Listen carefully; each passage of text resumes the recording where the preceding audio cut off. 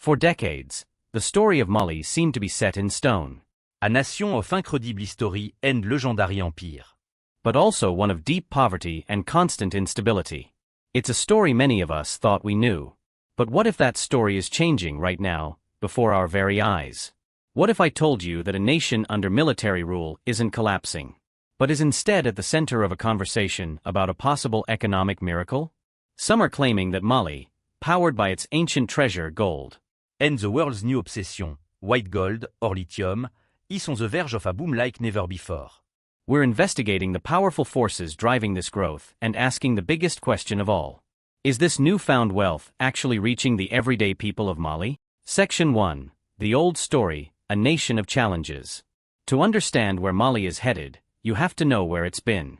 This huge, landlocked West African nation has faced a storm of challenges that would bring almost any country to its knees. Political instability has been a constant, with multiple coups, making it incredibly difficult to build for the long term. Traditionally, the economy has leaned on two things: agriculture, which employs most of the population but is at the mercy of the climate, and foreign aid.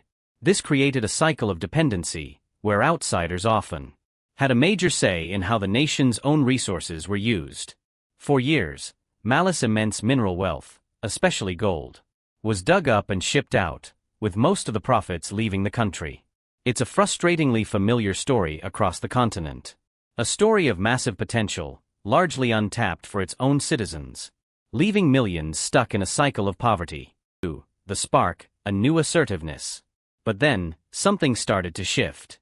The government, led by Colonel Assimi Goïta, made a dramatic policy change that sent shockwaves through the global mining industry. In August 2023, Mali passed a new mining code, a clear, bold declaration of resource nationalism. This wasn't just a small adjustment. The new law completely rewrote the rules of the game for foreign mining companies. It allows the Malian government to take a 10% non-contributory stake in all new projects, with an option to buy another 20% within the first 2 years of production. On top of that, it requires that another 5% stake be sold to local Malian investors.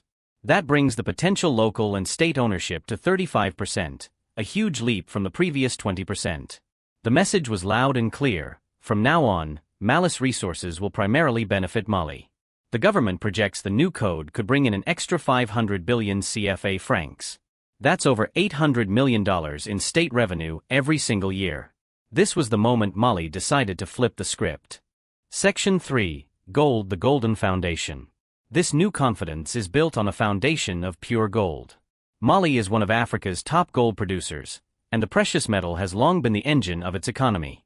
Even with all the new developments, gold is still a giant, making up a huge slice of the country's exports. But the path forward hasn't been perfectly smooth.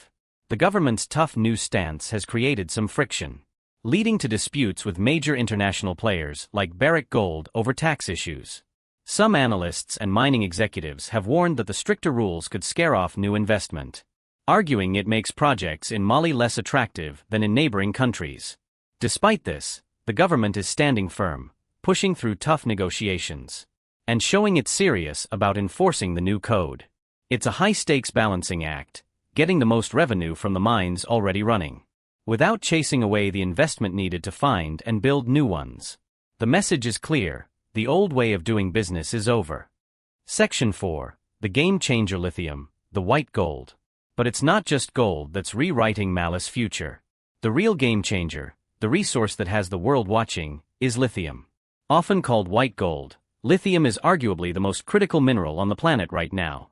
It's the key ingredient in the batteries that power our phones, our laptops, and most importantly, the electric vehicles driving the global green energy transition. And it turns out, Mali is sitting on one of the largest, highest-grade untapped lithium deposits in the world, the Galamina mine. This single project is massive.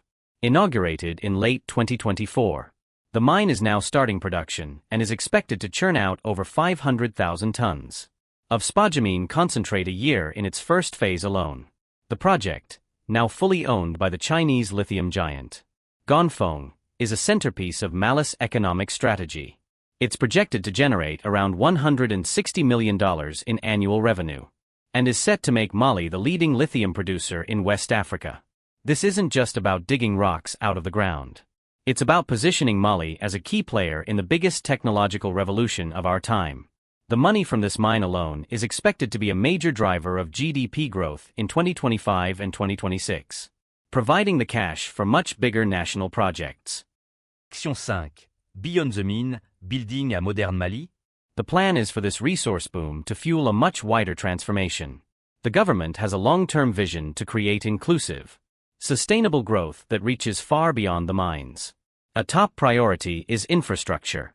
For years, chronic electricity shortages have crippled the country's productivity. In response, Mali is making huge investments in solar energy, with major new projects underway to finally tackle the power deficit and get electricity to more communities. At the same time, there are major pushes to modernize agriculture.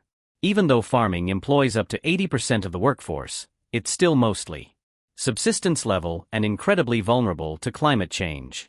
The government is promoting key crops like wheat and trying to revive the textile sector, hoping to create more value and jobs inside the country. And with new investments in digital infrastructure, the goal is to position Mali as a regional tech leader, sparking entrepreneurship and improving how the government works. The vision is clear: use the money from the ground to build a diverse, resilient, and modern economy. Section 6. The big question: is life actually getting better? This all sounds incredibly optimistic. GDP growth is strong, projected to hit around 4.7% in 2024 and potentially over 5% in 2025. Inflation has cooled significantly from its peak. New mines are opening, and new money is flowing in. But this brings us back to that all-important question: is any of this actually improving the lives of average Malians? Here, the picture gets a lot more complicated. It's almost a tale of two malice. On one hand, there is progress. The extreme poverty rate, while still high, has seen some declines and is well below the average for other low-income African nations. But on the other hand, the day-to-day reality for millions is still incredibly tough. Mali ranks 188th out of 193 countries on the UN's Human Development Index, which measures health, education, and standard of living. That's one of the lowest in the world. An estimated 3.4 million people still live in extreme poverty, Surviving on less than $2.15 a day. Food insecurity remains a critical, life-threatening issue for millions. The World Bank projects that the poverty rate will likely stay flat through 2025.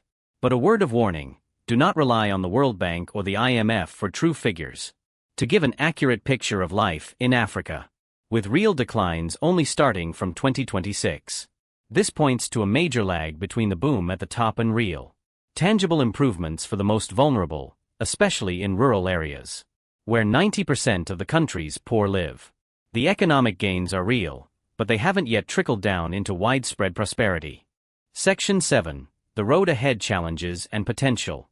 The road ahead for Mali is paved with both incredible potential and serious risks. This economic boom is fragile. The nation is still fighting serious security challenges, political uncertainty, and the constant threat of climate disasters like droughts and floods, which could wipe out any agricultural progress.